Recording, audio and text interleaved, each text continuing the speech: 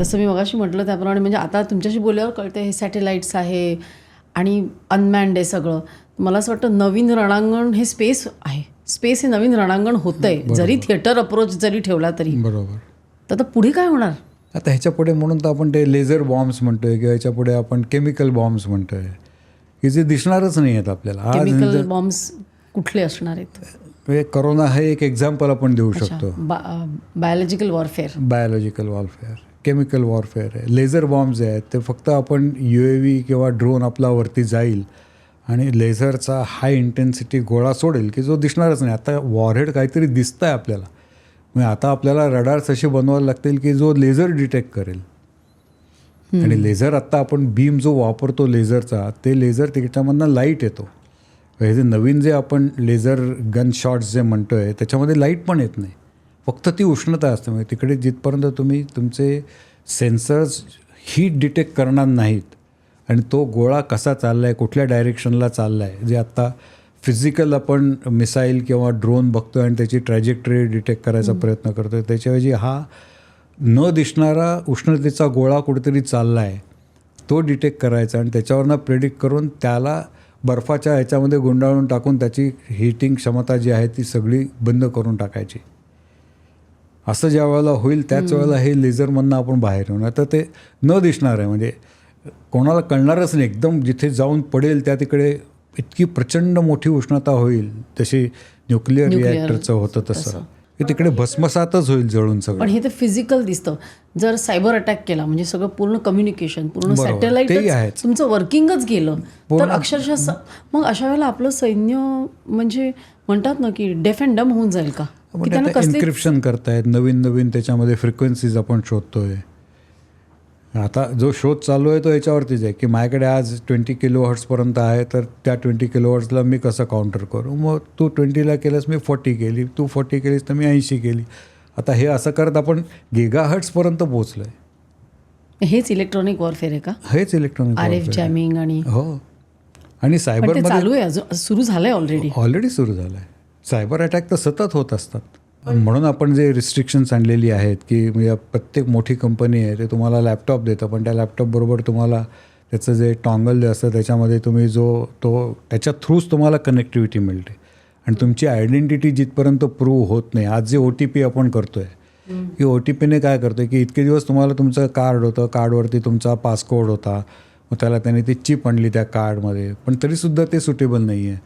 आता तुमच्या मोबाईलशी लिंक केलं आहे की मोबाईल तुमचा जर तुमच्याकडनं हरवला तर लगेच कळवा तुम्ही म्हणून, कारण त्याच्यावरतीच OTP येतो. आधार कार्ड तुम्ही दिलं तर आधार नंबर देतो, पण आधार नंबरला तुमचा मोबाईल आहे त्या मोबाईलवरनं तुम्हाला OTP येतो. तिथे तुम्ही मोबाईल नंबर पण देत नाही, कुठल्या मोबाईलवरती मला पाठवा, आधार नंबरवरनं ते केलं जातं. ही सगळी तुम्हाला प्रोटेक्ट करायची. पण मग इलेक्ट्रोमॅग्नेटिक ही जी सुपिरियरिटी आहे ती युद्धामध्ये फार महत्त्वाची. युद्ध किंवा इन जनरल पण काय चाललंय हालचाली त्यासाठी सुपिरियर ठरणार का इलेक्ट्रोमॅग्नेटिक? ठरणार नाही, म्हणजे इलेक्ट्रोमॅग्नेटिक तर आहेच, पण हा सगळा जो डेटा जो आहे, जे सर्व्हर जे आहे, जे आत्ता जी फाईट चालू आहे की आपले बराचसा डेटा जो आहे तो आपण गुगल किंवा याच्यावरती अगदी सहज ट्रान्समिट करत असतो, पण हे गुगलचे सर्व्हर भारतात नाही आहेत, ते जगभर कुठे आहेत आपल्याला माहिती नाही. त्यामुळे आपला डेटा आपल्याला पाहिजे किंवा नको तो दुसऱ्या देशांमध्ये जाऊन तिकडे स्टोअर होतोय तो, आणि त्याचा ॲक्सेस आपण न बघता जे सगळे ॲग्री करत असतो सगळ्यांना. कुठलंही ॲप आपण डाउनलोड केलं, कुठलंही वाचत नाही त्यातलं, आपण फक्त ॲग्री करतो कारण आपल्याला त्या ॲपची घाई झालेली असते. पण त्यामुळे मला असं वाटतं युद्ध सुरू होण्यापूर्वीच ते जिंकता येऊ शकतं अशा पद्धतीने, वेगवेगळ्या पद्धतीने. जिथे स्वतःची इन्क्रिप्शन सिस्टीम चांगली नाही आहे, स्वतःचा डेटा तुम्ही स्वतःच्याकडे ठेवत नाही आहेत, तिथे खूप मोठ्या प्रमाणामध्ये हे प्रोलिफिकेशन होऊ शकतं. तर भविष्यातला जो मिलिटरी कमांडर असेल तो मला असं वाटतं तो जास्त करून डेटा सायंटिस्ट असणार का, की तो डेटा गोळा करणार, अल्गॉरिदम AIनी डिसिजन्स घेतले जाणार आणि ते फक्त एनिवे आपल्याकडे आता सोल्जर्स जाणारच नाहीत आणि ते आपले आपले डिसिजन्स घेऊन ते ॲक्शनमध्ये पण असं होईल का, की एक जणच फक्त डेटा इथे बसून डेटा सायंटिस्ट आहे तो कलेक्ट करते आणि डिसिजन्स इज ऑल्सो कॉम्प्युटराइज्ड, असं होईल का? पुढच्या 20 वर्षात तरी मला असं वाटत नाही की एकटा हे करू शकेल किंवा AI करू शकेल, कारण ज्या प्रमाणामध्ये डेटा आणि ज्या प्रमाणामध्ये सतत ज्या डेव्हलपमेंट्स होत राहत आहेत त्याचं जिथपर्यंत पूर्ण आकलन होणार नाही तिथपर्यंत ही ए आय मदत आत्ता कुठे करत आहे आपल्याला, की कॉम्प्युटिंग आपला ब्रेन जो आहे तो काय एका ठराविक लेवलपर्यंत त्याचा स्पीड आहे. पण हे जे कॉम्प्युटर्स जे आत्ता आहेत ए आयमध्ये, त्यांचा जो स्पीड आहे, कारण त्यांचं शेअर त्यांना जी पॉवर आहे, आपल्या अंगामध्ये किती 30-40 किलोवॅटचं फक्त आपलं जनरेशन आहे मेंदूला, जे काय आपण खातो पितो आणि ऊर्जा निर्माण करतो. आपल्याला एक्सटर्नल बॅटरी बॅकअप लावता येत नाही किंवा आपल्याला अजून चार्जिंग लावता येत नाही माणसाला. पण ते कॉम्प्युटर तुम्ही एका वेळेला 10 कॉम्प्युटर सिरीजमध्ये पॅरललमध्ये रन करू शकताय. त्याची कॉम्प्युटिंग कॅपॅबिलिटी वाढवू शकताय. क्वांटम ज्या वेळेला येईल की आत्ता जे डिसिजन ह्युमन बिईंग घेतो आहे त्याच्याऐवजी कॉम्प्युटर घ्यायला 1/3 आत्ता वेळ लागतो आहे, कारण त्याचा स्पीड भयंकर आहे. आणि एका वेळेला 10-12 कॉम्प्युटर एकदम एकाच विचारावरती काम करू शकतो. आणि एरर होण्याची शक्यता कमी असते का? ते अजून आपण प्रूव्ह केलेलं नाही आहे.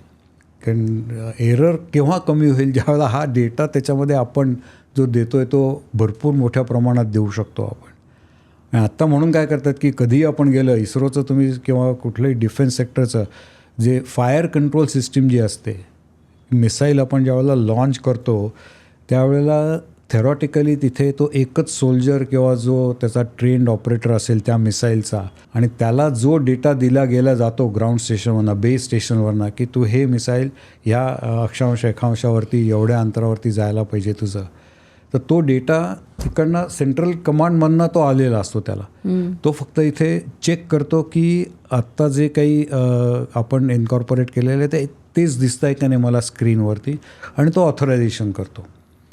पण आता तो ज्यावेळेला ऑथरायझेशन करतो त्यावेळेला इमिजिएटली त्याचं ट्रॅकिंग चालू होतं. आता तो एकटा ट्रॅक करू शकत नाही, एक 6-7 माणसं तरी ते ट्रॅक करत असतात. प्रत्येक मिसाईल, क्रिटिकल मिसाईल, सगळे मिसाईल्स तर आपण ट्रॅक करू शकत नाही. पण ज्यावेळेला आपल्याला अटॅक मिसाईल जे असतं आणि असं आपलं म्हणजे स्ट्रॅटेजिक मिसाईल असतं ब्रह्मोससारखं, त्यावेळेला ती 4-5 माणसं त्याचं ट्रॅकिंग करत असतात की ते बरोबर चाललं आहे का नाही, आणि त्याच्यावरती समोर काही अटॅक होतो आहे का, काउंटर अटॅक त्याच्यावरती, आणि ते काउंटर अटॅकला ऑनबोर्ड सिस्टीमवरती जी आपण सिस्टीम दिलेली आहे ते डिटेक्ट करून तो स्वतःचा पाथ त्याप्रमाणे अल्टर करून जातो आहे का, ते जर नसेल तर त्याच्यावरती आपण सुपरइम्पोज करायचा प्रयत्न करतो. हे आत्ता 5 जणं करतायत, कारण त्यांच्याकडे तो डेटा आहे. तो सगळा डेटा आपल्याला ह्या कॉम्प्युटरमध्ये उतरवायचा. आणि मी म्हटलं तसं की जसं ए आयला पहिल्यांदा आपल्याला डेटा ॲक्विजिशन करायचं आहे, डेटा ॲनालिसिस करायचं आहे, आणि ॲनालिसिस केल्यानंतर त्याच्यावरती जे PDCA सायकल जे आपण म्हणतो की प्लान करा, काम करा त्याच्यावरती, मग त्याचं इन्स्पेक्ट करा आणि त्याच्यावरती करेक्ट करा. आता हे करेक्शन जे आहे हे आत्ता ए आयमध्ये माझ्या दृष्टीने अजून आपण पूर्ण प्रमाणात केलेलं नाही. तिथेही 4-5 माणसं त्यांचा अनुभव हाच अजून महत्त्वाचा आहे. त्यांचा अनुभव ज्यावेळेला पूर्णपणे त्या कॉम्प्युटरमध्ये जाईल, त्या ए आय सिस्टममध्ये जाईल, अजून स्कोप आहे, भरपूर स्कोप आहे. अजून आपण ते आर्ट परफेक्ट केलेलं नाही. बऱ्याच ठिकाणी छोट्या छोट्या उदाहरणांमध्ये आपण करतोय. म्हणजे इस्रोने आता आपण जर चंद्रयानचं उदाहरण घेतलं तर ज्या वेळेला आपला सॅटेलाईट चंद्राच्या मागच्या बाजूला जातो की त्यावेळेला ग्राउंड सिस्टीमशी त्याचा संपर्क तुटतो, आणि साधारण तो असा 45 ते 50 मिनटाचा तो काळ असतो की ज्या वेळेला ग्राउंड सिस्टीम्स, कारण ह्या सगळ्या ग्राउंड सिस्टीम्सना ऑन साईट तुम्हाला हे लागतं, लाईन टू लाईन कॉन्टॅक्ट लागतो. हा जर मागे गेला इथे आणि मी इकडनं जर बोलतो आहे तर ह्या इकडनं मला तो दिसणारच नाही आहे. आणि हा जो त्याचा जो ब्लॅकआउट टाईम असणार आहे 45 मिनटात, तर त्या 45 मिनटात जर इमर्जन्सी आली त्या सॅटेलाईटवरती तर ते प्रेडिक्ट करून आपण तिकडे ठेवलेलं आहे त्या सॅटेलाईटवरती की जर असं झालं तुला तर तू असं कर म्हणून. आणि तो ज्या वेळेला परत येतो इथे आणि पुन्हा विजिबिलिटी त्याची आपल्या खालती रडारवरती येते, त्यावेळेला त्या 25 मिनटात त्याने जो डेटा केलेला असतो तो पहिल्यांदा तो ड्रॉप आउट करतो.